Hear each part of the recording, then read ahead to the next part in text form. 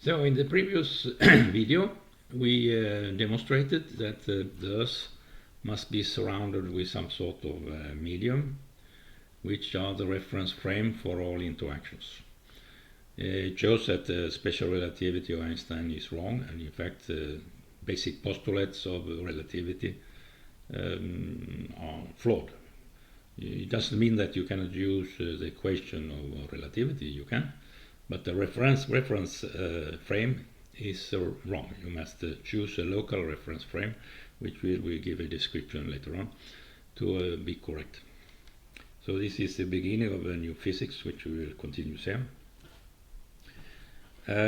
So if you have some medium around in space around the Earth, then this medium is quite specific because it doesn't make any resistance to anything. I mean, you can move within this medium until you reach the light speed, more or less, without any loss of energy, etc. You can have what's called an inertial reference frame, or you can have electromagnetic radiation, etc. And you don't have any you don't lose energy in these actions.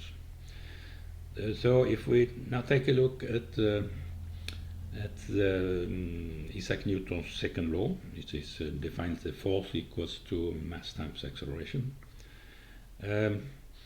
So let us suppose that the medium is constituted by some sort of object, let's say. And if you now look to this formula of Newton, you see that the force between these different objects, let's say, there must be zero. This means that the mass must be zero, or the acceleration must be zero, or both may be zero.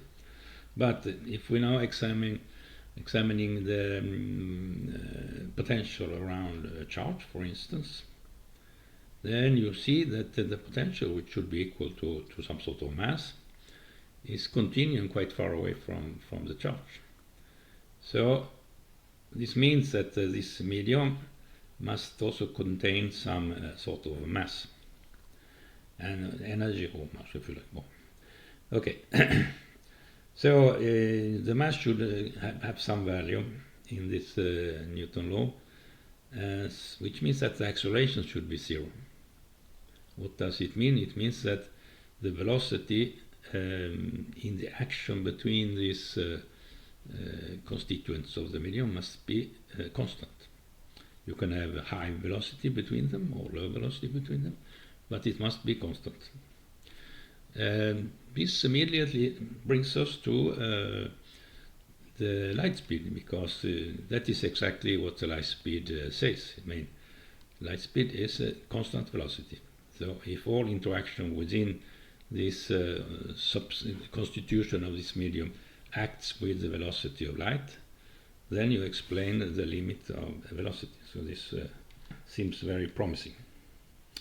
Now, so let us go a step further here. You have that to explain interaction between charges specifically, but also other things, you cannot have just a liquid or gas or ether, whatever you want like this.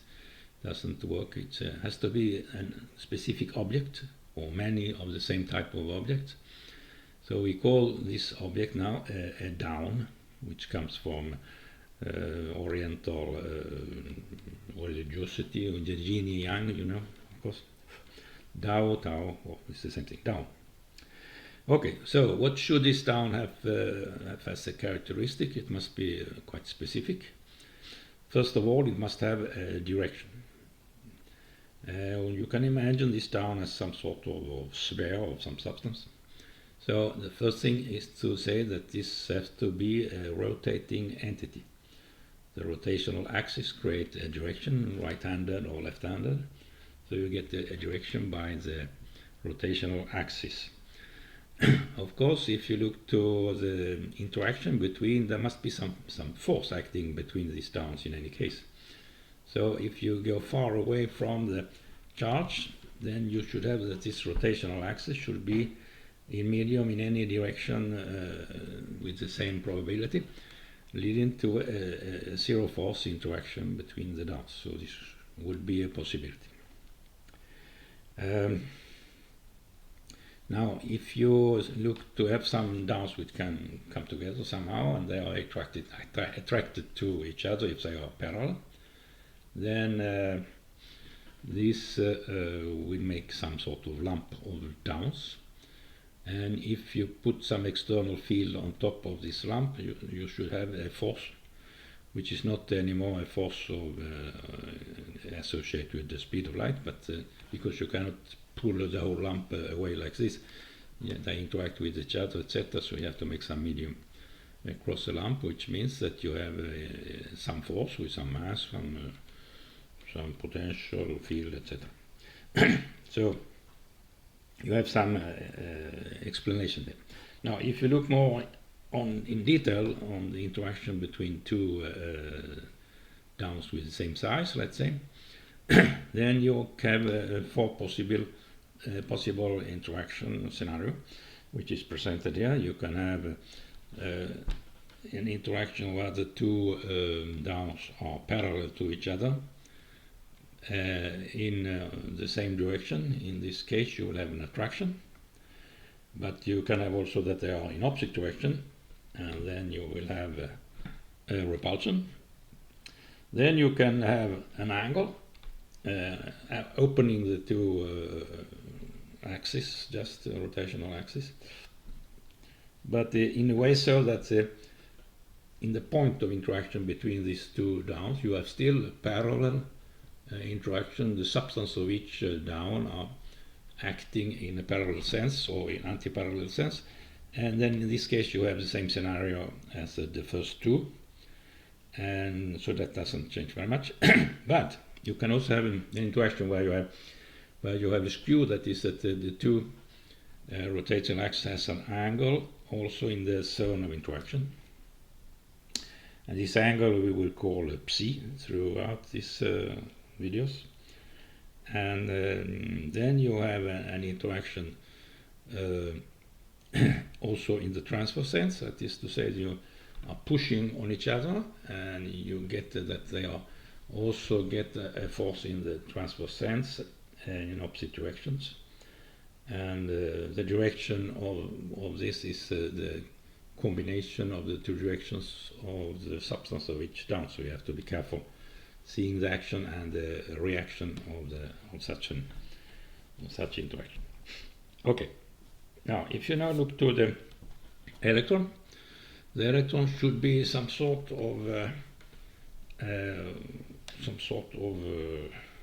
attraction between the daons, creating some sort of permanent geometry.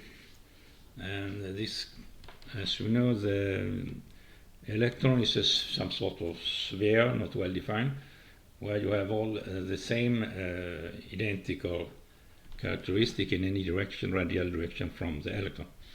So it must be some sort of sphere. In this case, you can imagine so that the daons that you see in this picture, they could be radially arranged at the pointing radial outwards, let's say, of the daons, and you have then layers one on top of the other, or shells, where all the daons are directed radial outwards. And you will have also in this case that you have the free daons, that we call them, further away. They have no specific very low field potential, etc. You can maybe see this as a disorder. I mean, they are very low ordered, and when you close in on the electron, this order becomes stronger and stronger, and when you come to the center of the electron, then these daons are almost fixed, and it's really very high order. So you can imagine this kind of figures. If you look to the equation of fields or potential, you see also that there is no variation of the force or the field potential, etc. It's all the same equation is valid all through in any radius. It means that what is correct far away from the electron must be correct also inside the electron, which means that so we propose, we make the hypothesis that these daons makes up the electron. So electron is constituted by daons, arranged that you see here. And then you have an interaction between daons in each shell, let's say. So you have an equilibrium or balance for each daon, that they have the same force in all directions, which makes it stay more or less in place. Besides, if you are far away, where you have some movement. So this is a picture of the electron, a more precise picture. Now, what about the positron? The positron should have daons pointing in the opposite direction, towards the center. Otherwise, it should be exactly equal. Then you say, well, so is it made up of anti-daons? Well, no. If you turn the daon around in one direction to the other, get exactly the same characteristic as a supposed anti-daon. So the daon doesn't have any anti-daon. It's one unique specific particle, object, let's say, more better. Okay. So the positron is made up by daons pointing radially inwards, and the electron has daons pointing radially outwards. Why these directions? Well, it's because of the definition of magnetism. We will later on have a closer look on magnetism, and then you can see that it has to be outward for the electron and inwards for the positron. Another question is, how big is the daon? Well, we don't have any specific effects of some granularity, let's say, in the interaction between two charges, which means that the daon has to be much smaller than the electron itself. It must be quite a bit smaller. So, which means that if you have an electron like this, then all electromagnetic behavior now has to come from some collective behavior of the daons surrounding the electron. So we will now start off from this a bit vague picture of the electron, and in the next video we will go into details of the characteristic of the electron, and this is called electrostatic characteristics, and this we will present in the following video.